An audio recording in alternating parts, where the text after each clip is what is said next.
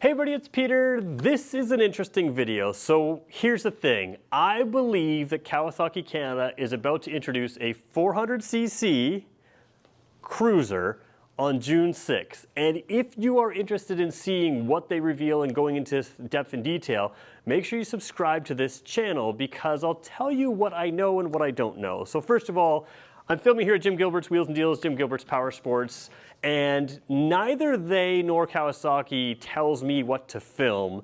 And this is going to be proof because I'm making assumptions here. Kawasaki Canada has told me nothing, but here's what I do know. Kawasaki Canada put a video out 3 days prior to me filming this. So it's been out there for a while. It's not like something that was a mistake and they've pulled it. And I took a screenshot, and it took me a few times to get the screenshot, of the back end of this cruiser style motorcycle. And I thought what they were going to do is I thought they were going to update the Vulcan S, which is a 650cc bike. But when I took a screenshot that you see on your screen right now, that screenshot has a swing arm that looks familiar to me. It looks different than the Vulcan S, and it looks identical or very, very close to the Z400 and Ninja 400. And because I have the benefit of wandering around the showroom and spying on things, and I'm kind of the nerd that just looks at bikes all day long, I noticed that right away. So then I went to Google, because that's what you do. And I saw that there is a Kawasaki 400 Eliminator in other world markets. Here's a website that has it. The web address is down there. You can look it up for yourself. It exists.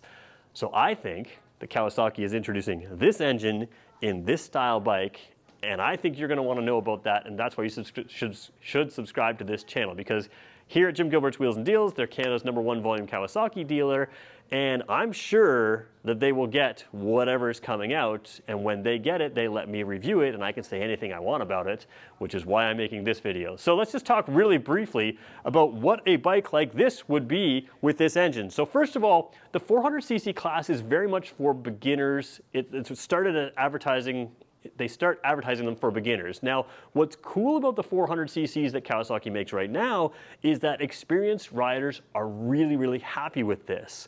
So what you have here is a bike that has evolved from a Ninja 250 to a Ninja 500 at one point, but it kind of went into the Ninja 300, and then it changed to the Ninja 400. Now the step from the Ninja 300 to the Ninja 400, and therefore the Z400 that's beside me today, was an interesting one, because the 400cc engine, the whole frame and engine, was actually lighter in the Ninja 400 than in the Ninja 300. So it was a lighter weight engine, lighter weight drivetrain, and it made more power. And we finally had an entry-level bike that made enough power to satisfy experienced riders.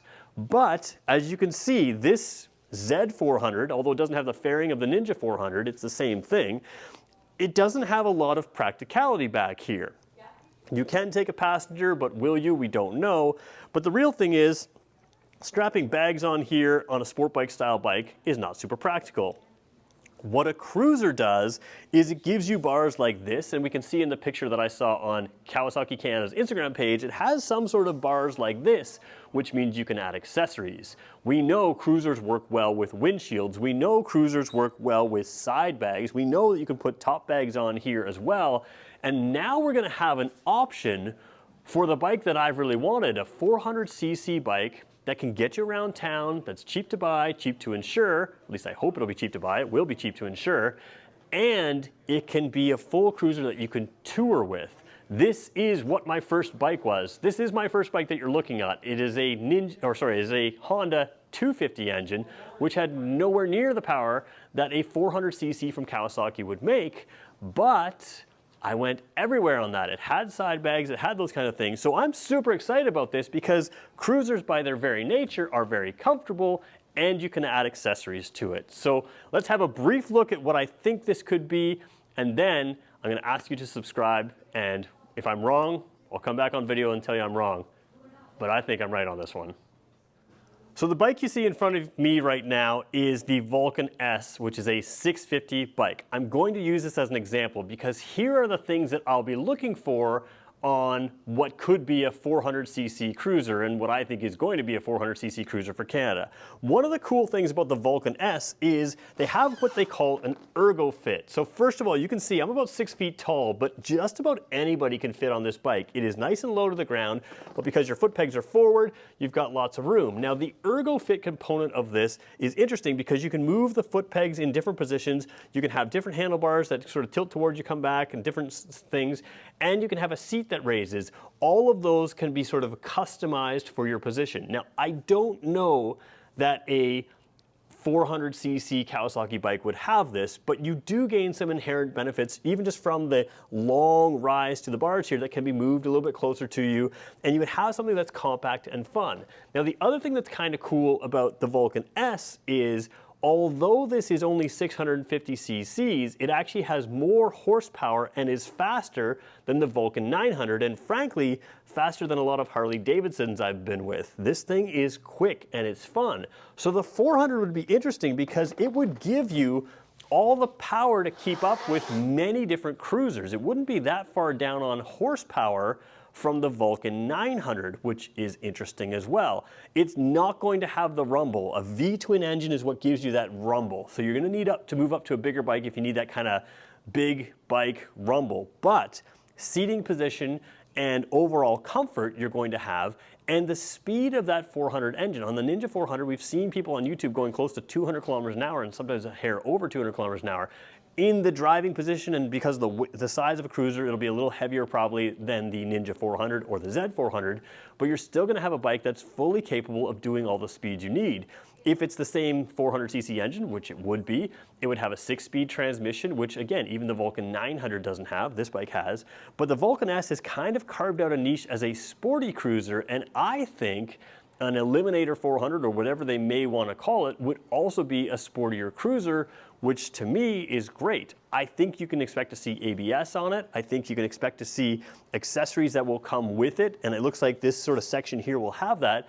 And all of that means that it is a bike that is probably one of the most versatile beginner type bikes that you can get because it's good enough for a beginner, but it will also last you a long time because it's big enough engine and enough power to have the speed. And when I talk about a big enough engine, there are other manufacturers that make 500cc engines that don't make a whole lot more power or any more power than something like the Ninja 400. So that 400cc engine has really been a legendary thing, and I think it's going to make it comfortable. Now, one other thing I like, the Vulcan S right here has a little bit of a dated dash. It's not crazy bad, it's got all the information you need, but we've been seeing a cruiser dash that's a full digital dash. It's the first digital dash we've seen from Kawasaki in the cruiser market, and if you start putting their Instagram ads together, you start figuring out that the bike that looks similar to this could have a digital dash.